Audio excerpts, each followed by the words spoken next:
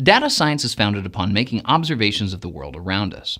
But what are observations and how do we record them in tabular data?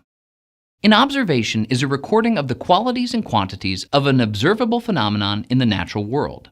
This includes what we can see, hear, feel, or measure with sensors. In data science, we record observations on the rows of a table. The rows are the horizontal groups of data that are contained within the table. For example, imagine that we are recording the vital signs of a patient at a hospital.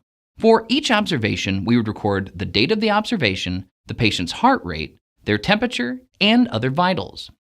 Each of these observations would be recorded on a separate row.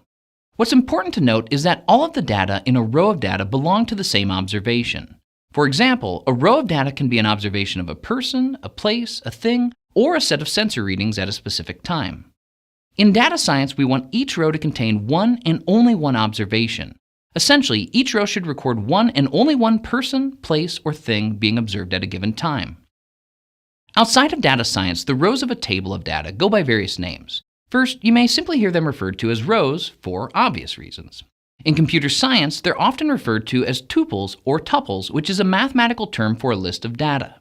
Or you may often hear them referred to simply as records, because they store a recording of an observation, an entity, or a transaction of some kind. No matter what they're called, observations should always be represented as rows in tabular data.